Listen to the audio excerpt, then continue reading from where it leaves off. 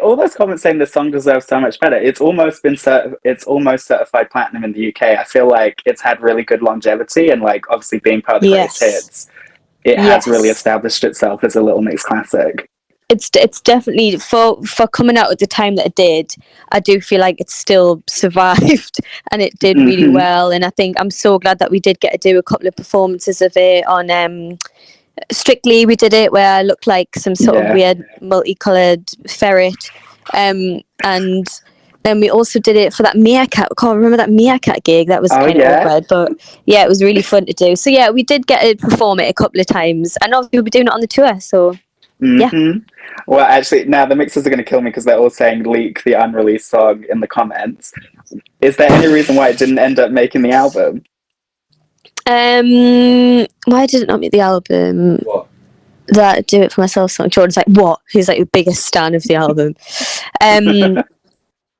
I think there was some sort of deal. I think it had to be a first single or something, and if it wasn't, it couldn't be on the album.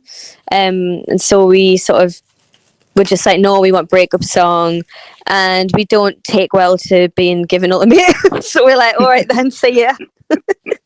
Well, anyway, Confetti is overloading with singles, so the next song is Holiday, and again, all the comments, G Napier was saying this song is so good, you all slept on it. Jade's girlie said only Little Mix would release a song called Holiday the year no one could get away on holiday. And then Abigail said the bass line is absolutely unmatched. I mean, again, it is just one of those perfectly crafted pop songs, and your chorus in particular is so cool. Were you always singing that part of the song, or did it ever change about a bit?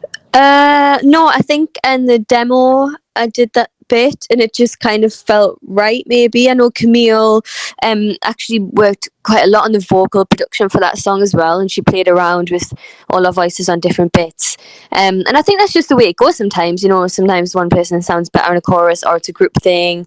I think in a lot of the Confetti album, Perry leads a lot of the choruses. Yeah, it just depends, to be honest. But yeah, I mean, the timing of that was quite ironic, wasn't it? And I'm screaming because the whole plan initially with Holiday was like, we had that Brazil gig and we were meant to stay out in Brazil for another week and shoot the whole album campaign, shoot the Holiday music video in, a beautiful rainforest in Brazil. And then again, COVID hit, and so we had to come back from Brazil early. And that all kind of, changed too. But, we stand a lovely little sort of swimwear clad music video, and that's what we served you with Holiday. Exactly. I mean, and given that you guys still had to be socially distancing, you really did come through and make the most of, I guess, what a lot of artists would have just said, no, I'm just gonna wait.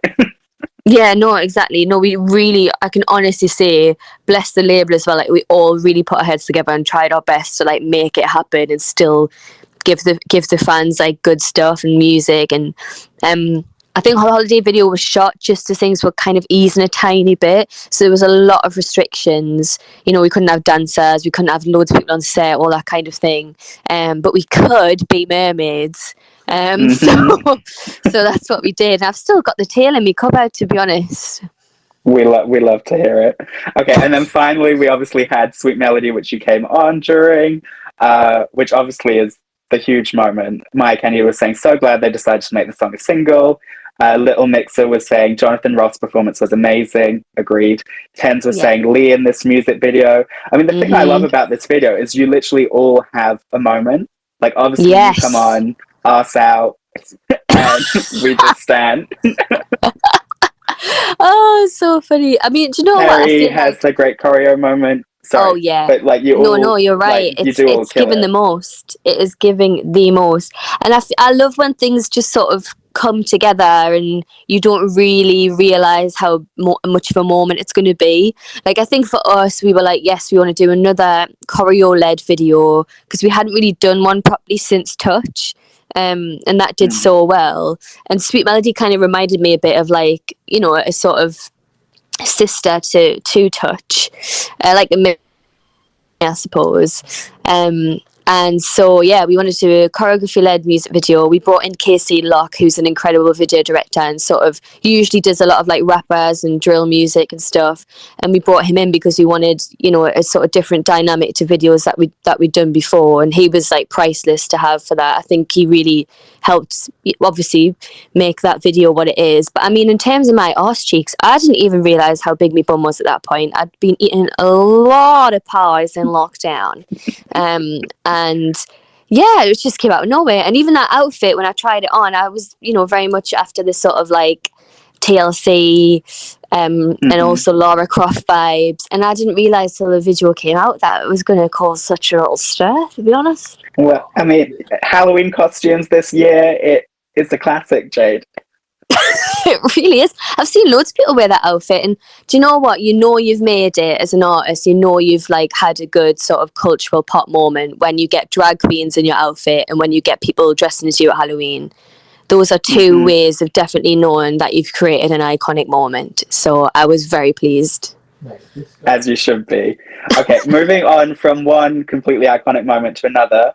We're going to go into the next tracks on the album, which obviously we're starting off with Confetti, and we're going to do the Sweetie version because what a single. Yes, and of course. Then we've got Happiness and Not a Pop Song, so it's bops all round. Jade and I will be back in a bit, but keep leaving your comments.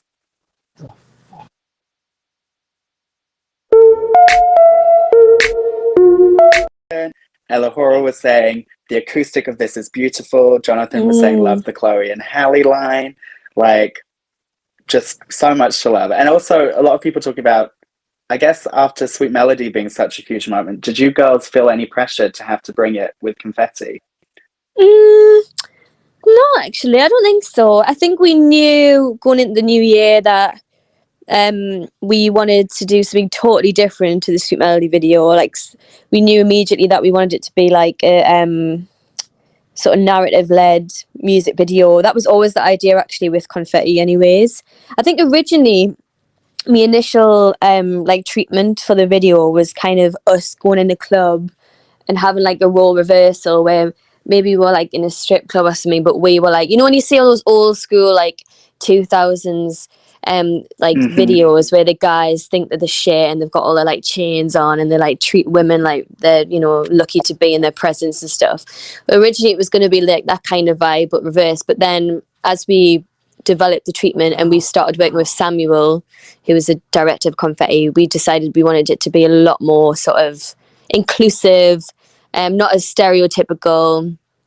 And so that's how the kind of London, the kind of club kid underground scene for the video came about, which I'm so happy about actually, because now I feel like I watch Confetti and it's more of like what a 2000s video would be in 2021, you know? And also it's just like you gave us narrative, but you still gave us choreo as well. Like it was the best way to come into 2020 with it. It's just like a capital M music video. It is like, for me, it's probably the top 3 Little Mix videos we've ever done. And I think, you know, obviously the girls were pregnant as well and they absolutely smashed it out of the park. At that point, nobody knew. So it was like, you know, very hush hush and trying to explain to everyone, you know, why we weren't doing certain things and stuff was a bit of a challenge. And we had to like edit out their bumps in the video as well at that point because when Confetti came out, it was still top secret. So there was a lot of challenges surrounding the video. But yeah, we really did the most. It was a 2-day shoot. Obviously, we did all the prosthetics and that took like 5 hours to do as well. But it was such a fun video to shoot. Like, we were so excited. It was kind of like a new surge of energy, I suppose, going into the new year and having that to shoot as one of the first things was so exciting. Well, also because as fans, we all know how funny you girls are. It was great to see that properly showcased in a video. Yeah, no, absolutely. And it was literally like crying, laughing that whole day. You know, the state of me with my prosthetics. Could barely move my neck. You were very handsome, Jade, with those prosthetics. Oh, thanks. Yeah, smashed out the part there. I mean, I think from some angles I looked super handsome, and then from other angles, it was given something else. I don't know. It was very like, you've got to turn the right way to look good. It was one of them. But no, Well, I actually really enjoyed it as well. And to be fair, like the whole setup that I had for that, not me trying to reference who did I reference? Maluma to look like, and ooh. I definitely didn't look like Maluma, but I was pleased nonetheless. Very close. And then after Confetti, we obviously just had Happiness, which it's just bop after bop. Let It Rain Down was saying Happiness will forever be superior. Ding Dong was saying, Yes. Ding Dong was saying Jade has really found her happiness, and that makes me really happy. Oh, that's cute. Lee's Loverboy was saying my favorite from the anthem. Told You Sophie was saying the way they captured the 2000 pop sound is impeccable. Now, in a video that just came out, you said that Happiness was a video you were supposed to film in Brazil. Were you doing videos for Happiness and Holiday, or was it just Holiday? No, Happiness was on the cards as well. It wasn't fully confirmed, but it was definitely up there as a single choice. And I mean, this is, besides Sweet Melody, this is my favorite one on the album.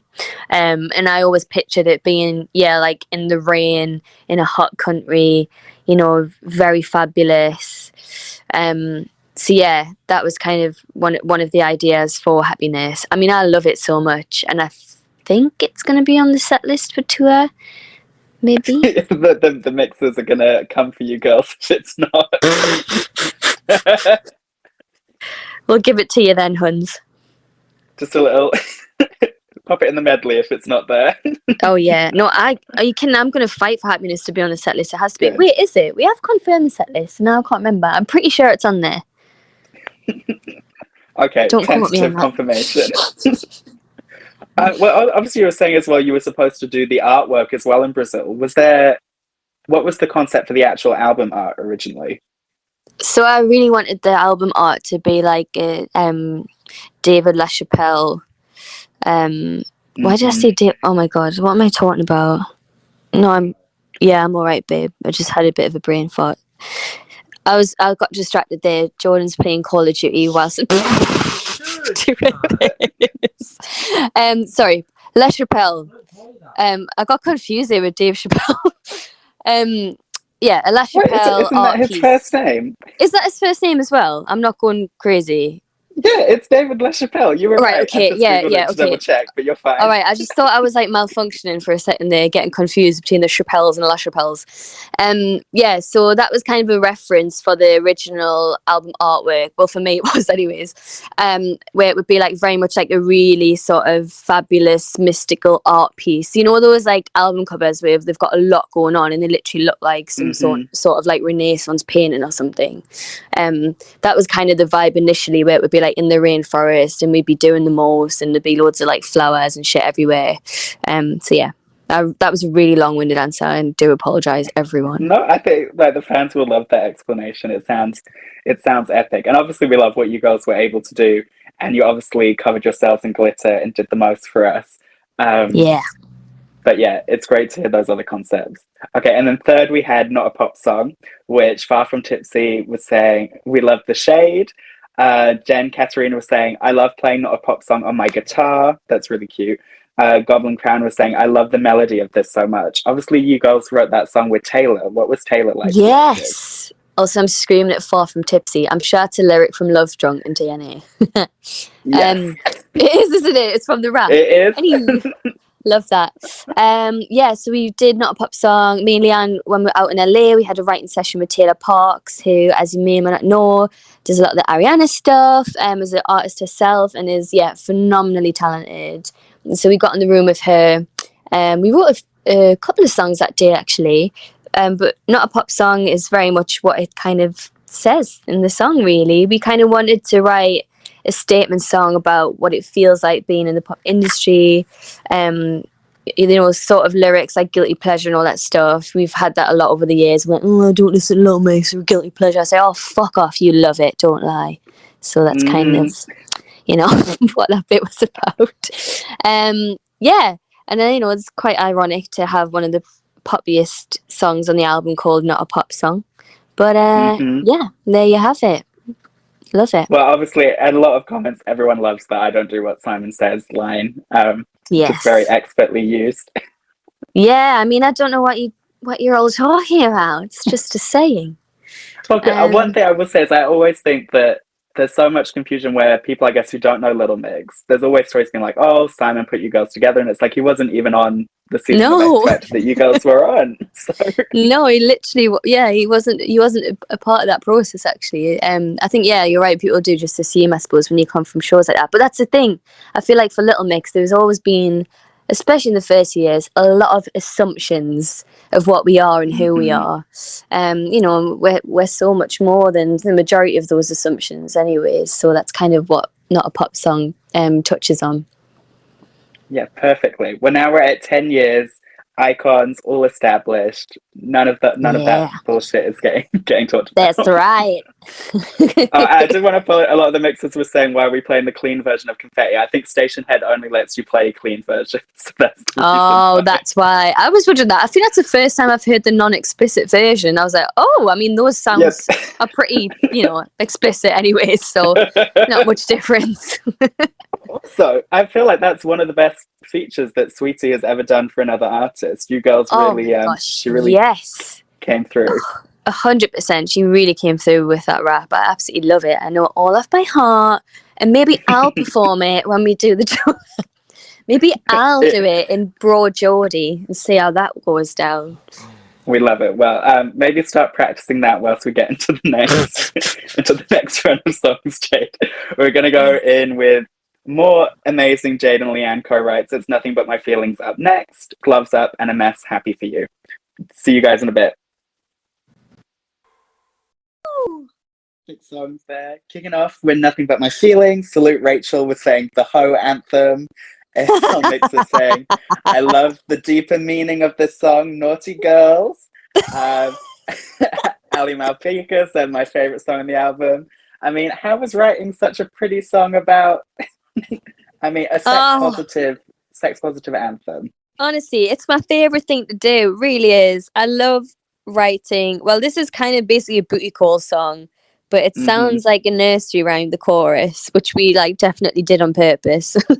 We wrote this with Oak, who's an icon producer. Yes. And who else was this with? Boy Matthews. And a really famous songwriter, and I can't remember his name. I have got the credits in front of me. Alex, or is that Oak? Keith, Sean Douglas. Sean Douglas, there we go. Boom, baby. Yeah. So he's done a lot of the Jason Derulo stuff, and yeah, super lovely guy. And yeah, we wanted to write a dirty old song that sounded really lovely. And in my mind, I always tell when it's a good song, so you can picture a music video. And for me, this was going to be all 4 of us in separate bedrooms, and every time the guy came around, there'd be a gospel choir around the whole bed, singing and praising as we did the thing. That was honestly, if we could get a Little Mix visual album one day. Well, I guess Between Us basically is a visual album because you have got music videos for every song. Yeah, to be fair, very true. But yeah, I mean, it's always good to have a visual. I feel like that's how Little Mix usually works, actually, and that's how a lot of our songs become quite big and theatrical, because we're always thinking of the live show or what the music video could be, and so that always helps with the songwriting process. And obviously that's another you and Lee co-write. When did you, I guess with albums, there's quite a lot of questions of when do you actually start writing for an album after you've released one album? So after LM5 came out, when did you actually start work on Confetti? Oh, when did we? Well, I suppose I think it was after Bounce Back was when we first started, after the release of Bounce Back. I remember we had a meeting, and it was all quite new and exciting again for us, because we were, newly with RCA, and we sat down with our new A&R, and Camille, Uzo, and Trey, a couple of other people actually, had been already sort of thinking of ideas for the album, and it was the first meeting actually that we heard the song Confetti, and that kind of helped inspire us in terms of just a sort of starting point for the Confetti Mhm. album. And then we all went to the US. I can't remember why. All four of us went for something, but then me and Leanne stayed on to start doing some writing sessions. You did a bounce back sessions in US. Would it have been the same time as that? Oh yeah, that was why we went. You're right. Oh wait a minute, maybe I've got my timelines mixed up. But so yeah, actually before the bounce back release, because we went there to vocal bounce back, and then off the back of that, me and Leanne stayed out in LA, did a few writing sessions, and that was when Nothing But My Feelings was written. Because is it weird? It's like obviously again with Glory Days when you did the Platinum Edition, were you already writing for LM5? Is it hard to tell like when you want to hold on to songs and when you need to just put them out? Sorry, say that again. So like with Glory Days and the Platinum Edition, had you already Yeah. started working on LM5 then as well? Yeah, probably. Yeah, well, it's usually quite a quick turnaround just in pop world in general. And I think because your mind's always ticking as well, and once you finish one thing, you get excited about starting the next. And I think with songwriting as well, if you've got a couple of sessions anyways, you can do it and, bank them in the hopes that they'll make it onto the next record. So yeah. Amazing. And obviously up next we had Gloves Up, which Jade's Prince was saying we love a tour opener. Jules was saying low-key best song on the album. Maya Kennedy was saying Go Off Lee. Beyonce was saying the voices are to die for. I mean, the vocals are insane. Obviously Lee and Perry do the big belty bits, but it is did you decide to stick with that? Yeah, like when it came to we obviously wrote a song which was super exciting, and that was actually one of my favorite sessions. It was written so quickly, and we did it with Megan Catoni. And one of my favorite things about writing with Megan is she is just as like extra as we are. Like she's very much like, let's do it really big, theatrical, throw the kitchen sink in. And it was our first session with the producer Lost Boy, who's done Cut You Off on this new album, and he was very much like up for trying anything, and that was really exciting. We were like, yes, we're thinking big tour opener, it has to be larger than life, we love a big concept. And that's the thing with Meg as well. Meg's helped us do Salute, Adidas, god, I mean, she's done loads with us, and every time FU, and every time it's always such a strong like visual concept.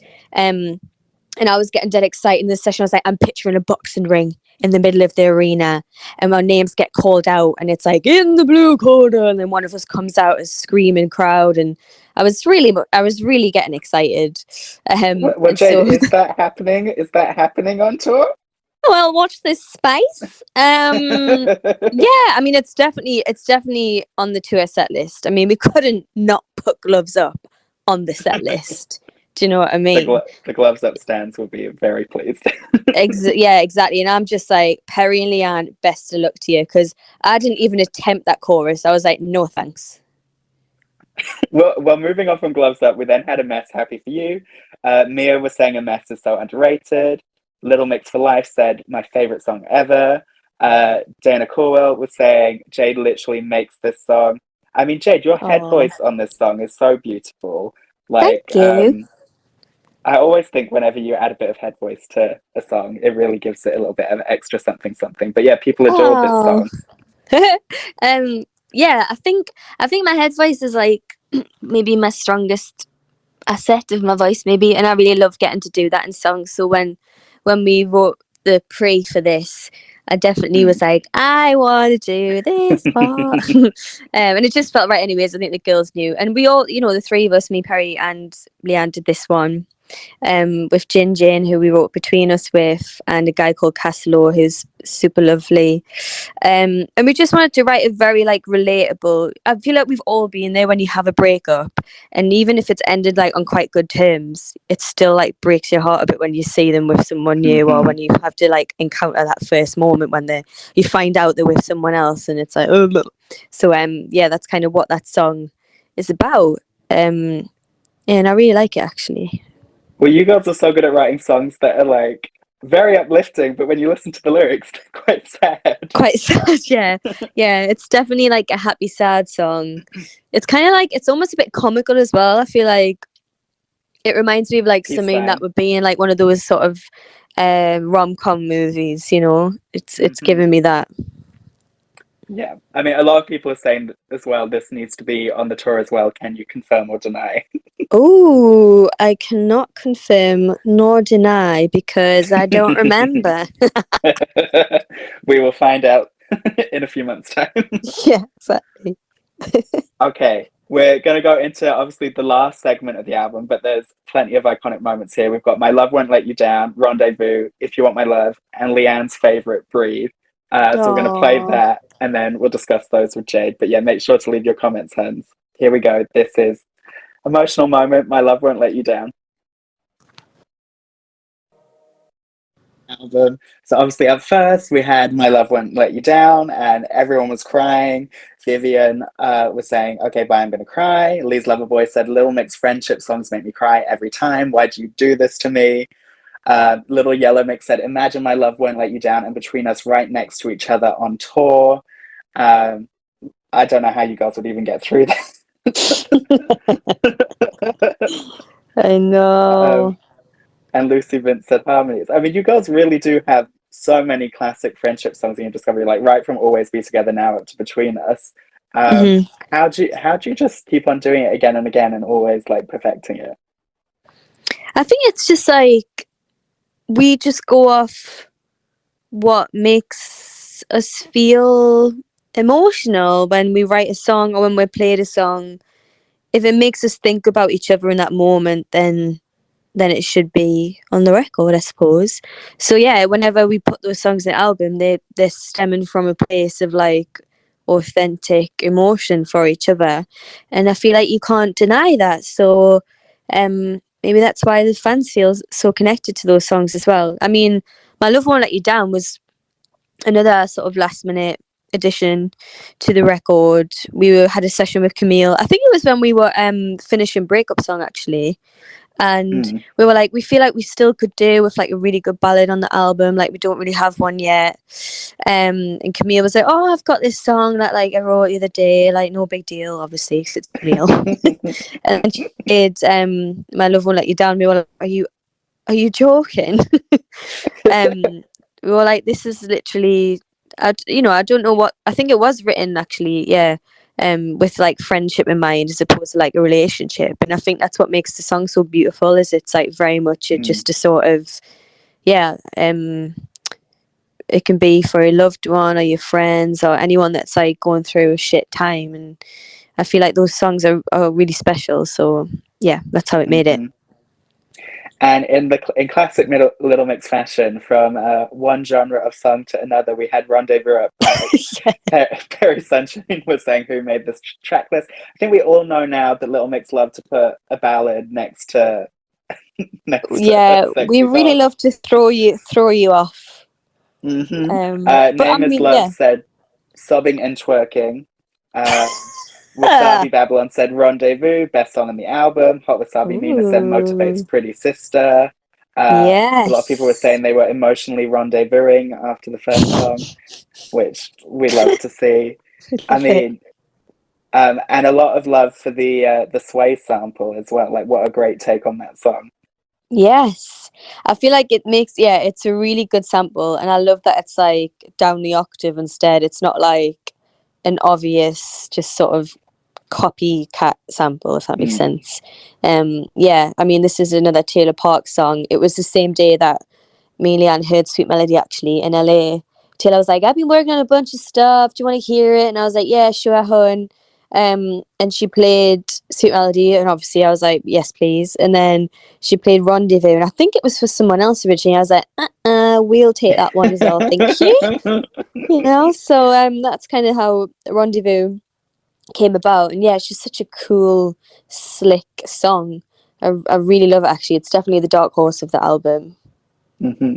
Taylor's just incredible. Like, I love, because as well, Taylor played Little Inez in Hairspray. So her Yes, trajectory to go from that to writing all these bangers for icons like you it's amazing. insane. Like she's honestly one of the best and so lovely. Like such a lovely human, such a little like pocket rocket of sunshine. And she's, whenever you see her, she's always dressed like really colourful, and yeah, she just radiates a really good energy. And to just be like banging out these tunes one after the other is, it speaks for it, doesn't it? Hmm. Okay, and then up next we had If You Want My Love. Nutson was saying definitely early 2000 vibes. Ding Dong said the Gallagher brothers could never. Ah. Which actually, talking about that, Jade, how are you recovering after being shat on by a seagull again? Oh, do you know what? I'm sick of this. Shut you. That's Jordan in the background laughing at me. I don't know how it happens. I don't know if it's because I wear like bright coloured clothes. Maybe I'm like a walking target. But no, Jordan said my hair looks like a nest. Your hair's beautiful. Do you know what? Jade, I've been don't told that listen. before as well, because one time a crow flew on my head and like clawed itself onto my scalp because I can only Oh my assume God. it thought my head was a nest. So me and birds definitely have a quite a tumultuous relationship. But I'm taking this as good luck for tomorrow, and that's why I was shat on. Well, all I will say, Jade, is actually the week that I interviewed you girls for the podcast, I was shat on by a pigeon. So it's only See? good vibes. It's good luck. Yeah. One other comment about If You Want My Love, Camille Veronica said, I don't know why, but Kim Possible vibe, and I'm living for it. Oh my And God. just talking of that, like, how have you girls never done a soundtrack song? Oh, you tell me, honestly, because it's definitely an ambition of mine. We were very close to doing one at one point for a cartoon, actually, which is a new movie coming out soon. I best not say what it is, but yeah, we did write a song for that, and it sort of didn't end up happening in the end, which happens. But yeah, I feel like so many of our songs are like worthy of soundtracks. Just because you know they are quite theatrical, and there's always like a strong theme with them. So, you know, definitely those sort of female empowering tunes as well. But I mean, If You Want My Love, yeah, it gives me. Do you remember that Christina Milian song? That tell me what you see when you look at me. That song. It's giving me Yeah, that. it's very Christina meets NSYNC. It's just Yes, full pop yes. vibes. Yeah, and I love it. I love the like big dramatic stabs in the chorus and the raspy singing. It's probably, if I'm honest, my least favorite vocally for me. But we move. It's on record. It's fine. You've done it. Yeah, that's. And then obviously the album closes with Leanne's favorite, Breathe, which I know she says her faves never get the love they deserve, but people really do love Breathe. Jade's Prince said the production on this is so good. Salad in the Box said they want a No Air and Breathe mashup. That would sound amazing. Ooh. Lee Ackerman said this whole album is a bop. I mean, you really did fully come through on Confetti and just give us full on bops, didn't you? I know. I just think it's a really strong pop album. Like, there's no skips for me. I mean, did I say that myself? But yeah, it's just bop after bop, to be honest, and it's a really strong pop record. I think this Breathe song was again another sort of late addition to the album, but very necessary. I love the how do I. I just love the chorus. I think it's brilliantly written. Again, Camille came through as per usual, and yeah, I love a sound effect on a song. Actually, I'm loving the wedding chimes. Yeah, we love to see it. That would have made for a good video, actually. If I saw, oh my God, it could have been like Steps Tragedy. Don't. It could have. It's never too late, Jade. Shoulda, woulda, coulda, but here we are. Yeah, I do love that one, actually. I actually genuinely can't remember either if that's on the set list too, but poorly. If this doesn't make it either, it's just gonna riot.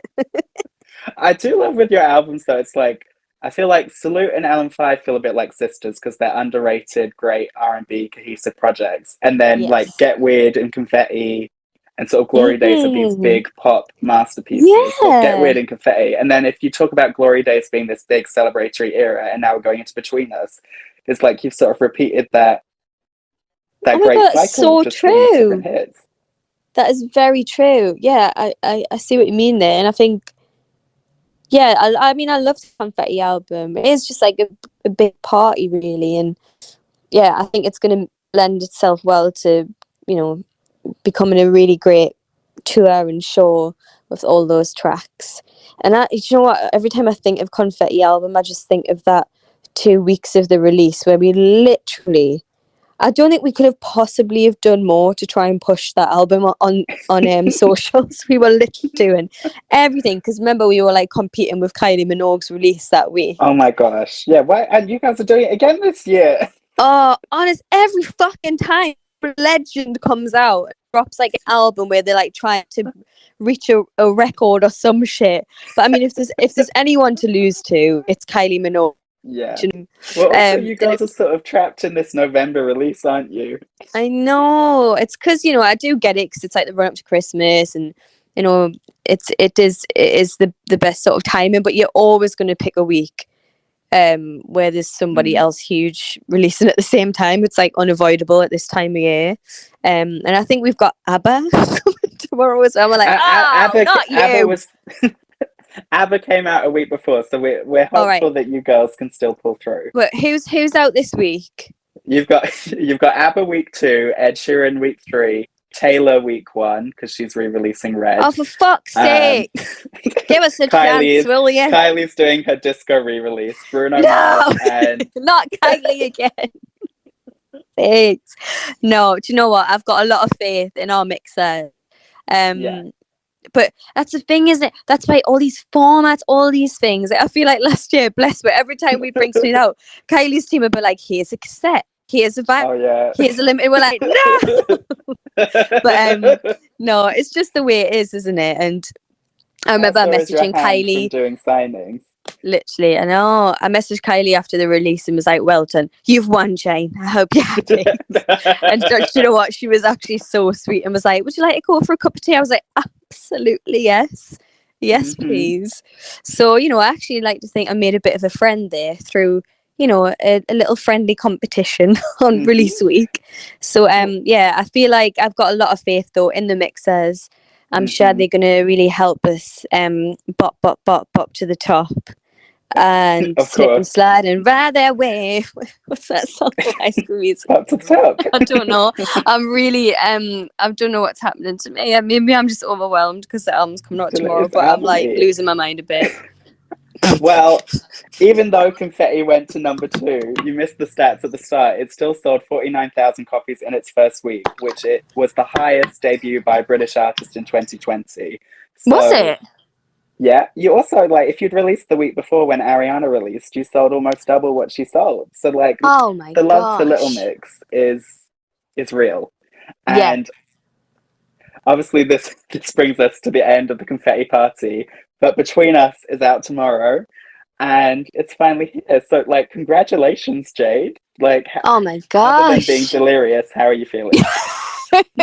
No, I'm feeling really good actually, and I'm going to use this last few moments to really plug the shit out of our stuff. So we've got the album tomorrow, which we're all very excited about. Make sure you get on board and support it. I just want to say as well to all the fans on this right now, all 492 of you, you guys are obviously the hardcore fans right here, and I need you all to do your thing. You know what to do. Get on socials tomorrow, spread the word. Don't forget about the EMAs as well. The no releases tomorrow. You can still vote for best group for Little Mix at the EMAs until tonight, until midnight. So there's lots going on, but best believe we've got lots in store for you guys to enjoy. So yeah, I'm super proud of all of us for getting to this point. I love you all dearly, and yeah, thank you. Well, we're going to do it for you, Jade, because if you can do 17 interviews in one day, we can get you guys a number 1 album. Do you know what I mean? Help a girl out here. Make it worth it, please. Yes. And I can announce now that there's going to be some Between Us stationhead parties as well. We're actually going to split it into 2. So there'll be one next week, and then the second one will be on the 25th, just because there were so many hits. If we were going to stream all of Between Us in one stationhead, we'd be here all night. But yeah, just huge congratulations, Jade. All of us are so excited to hear all the unreleased tracks as well as all the hits again on Between Us. Such an exciting time. I hope that you and Jordan can celebrate tonight and just take in the success and have the best release week. Oh, thank you so much. And thanks for doing these, Sam. You're absolutely smashing it. And for the podcast as well with Pot Boys. Honest to God, you're really doing the most and we love you for it. And we love you and adore you. And we know that you've been, a supporter since day one. So thankful. Everybody Well, say thank you, Sam.